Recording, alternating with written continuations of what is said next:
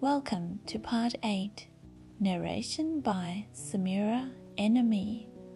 You talk just like the grown-ups. That made me a little ashamed, but he went on relentlessly. You mix everything up together. You confuse everything. He was really very angry. He tossed his golden curls in the breeze. I know a planet where there is a certain red-faced gentleman. He has never smelled a flower. He has never looked at a star. He has never loved anyone. He has never done anything in his life but add up figures. And all day he says over and over, just like you, I am busy with matters of consequence. And that makes him swell up with pride.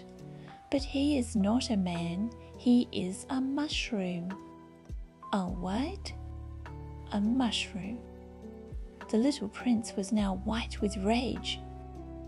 The flowers have been growing thorns for millions of years. For millions of years, the sheep have been eating them just the same. And is it not a matter of consequence to try to understand why the flowers go to so much trouble to grow thorns which are never of any use to them? Is the warfare between the sheep and the flowers not important? Is this not of more consequence than a fat red-faced gentleman's sums? And if I know, I myself, one flower which is unique in the world, which grows nowhere but on my planet, but which one little sheep can destroy in a single bite some morning without even noticing what he is doing. Oh, you think that is not important? His face turned from white to red as he continued. If someone loves a flower, of which just one single blossom grows in all the millions and millions of stars, it is enough to make him happy just to look at the stars. He can say to himself, somewhere my flower is there. But if the sheep eats the flower, in one moment all his stars will be darkened. And you think that is not important? He could not say anything more. His words were choked by sobbing. The night had fallen.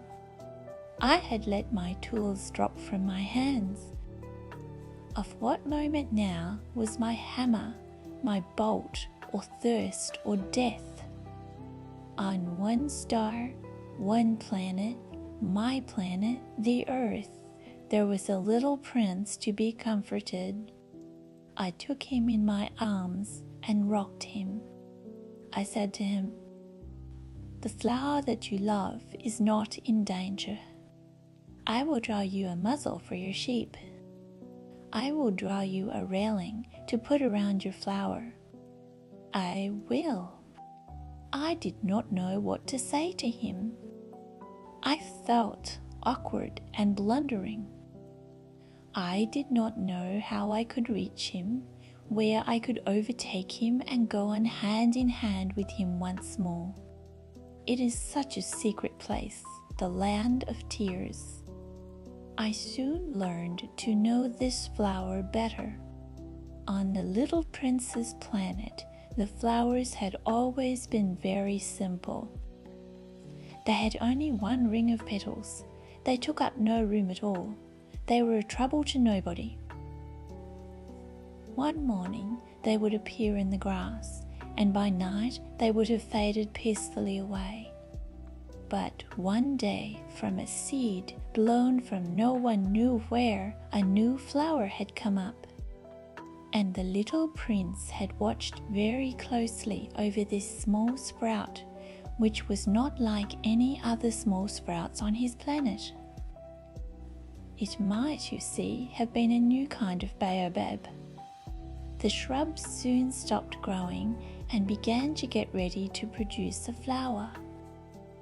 The little prince, who was present at the first appearance of a huge bud, felt at once that some sort of miraculous apparition must emerge from it.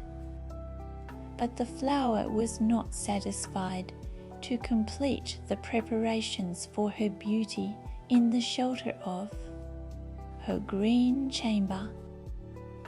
She chose her colors with the greatest care. She dressed herself slowly. She adjusted her petals one by one. She did not wish to go out into the world all rumpled like the field poppies.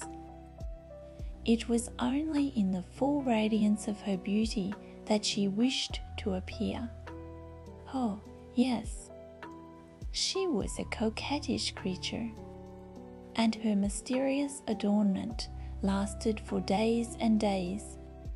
Then one morning, exactly at sunrise, she suddenly showed herself, and after working with all this painstaking precision, she yawned and said, "Ah, I am scarcely awake. I beg that you will excuse me. My petals are still all disarranged." But the little prince could not restrain his admiration. "Oh, how beautiful you are!" "Am I not?" the flower responded sweetly.